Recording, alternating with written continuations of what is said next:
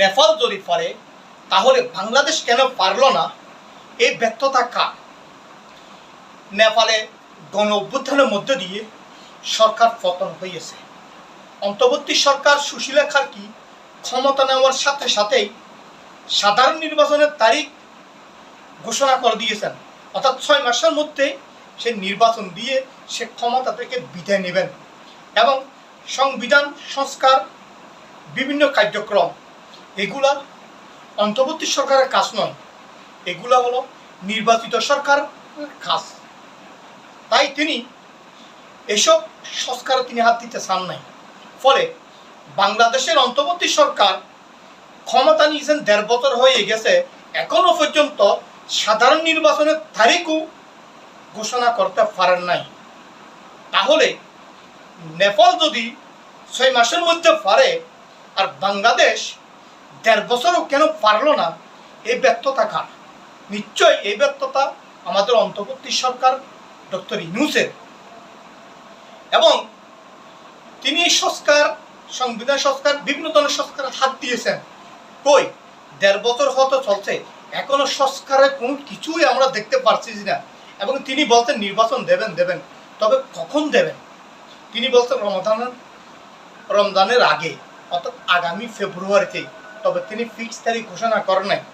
জাতিসংঘে সাধারণ অধিবেশনে নিউ ইয়র্কে বাংলা একটা অনলাইন নিউজ পোর্টালে সাংবাদিক মেহেদী হাসানের সাক্ষাৎকারে তিনি এই কথাগুলো বলেছেন। সাংবাদিক মেহেদী হাসান ডক্টর মোহাম্মদ ইউনূসের সাথে বেশ কিছু বিষয় নিয়ে তিনি একটা সাক্ষাৎকার নিয়েছেন। তিনি এমন কিছু প্রশ্ন করেছেন, সেইগুলো আমাদের ডক্টর মোহাম্মদ ইউনূস উত্তর দিতে হতভম্ব হয়ে গেছেন। তিনি এই মেহেদী হাসান প্রশ্ন করেন ডক্টর মোহাম্মদ ইউনূসকে, নেপাল যদি 6 মাসের মধ্যে তাদের সংস্কার সব কিছু সাধারণ নির্বাচন তারিখ ঘোষণা করতে পারে, সাধারণ নির্বাচন করতে পারে, বাংলাদেশ সরকার ক্ষমতা নিয়েছে 1.5 বছর হয়ে গেছে, কেন পারল না? কেন তাদের ব্যর্থতা?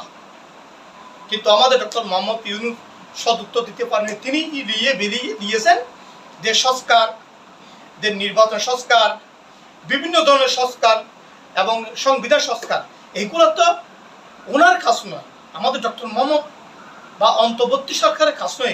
এগুলো কাজ হলেন নির্বাচিত প্রতিনিধিদের, যারা জনগণ কর্তৃক নির্বাচিত হয়ে সংসদে বসবে, তারাই এগুলো সংস্কার করবে।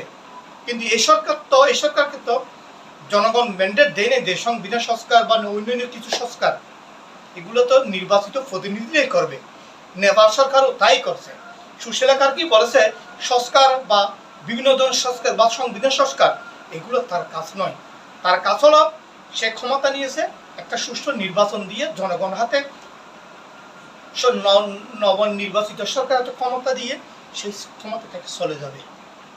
কিন্তু আমাদের ডক্টর মোহাম্মদ ইউনূস সরকার তো তিনি চাইছেন, কেউ কেউ বলতে 5 বছর, কেউ কেউ বলতে 2 বছর, কেউ কেউ বলতে 10 বছর, তিনি এমনও কথা বলেছেন।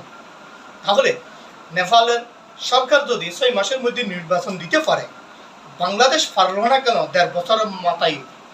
এই ব্যর্থতা কার? নিশ্চয়ই এই ব্যর্থতা আমাদের বাংলাদেশ এবং ডক্টর মোহাম্মদ ইউনূসের।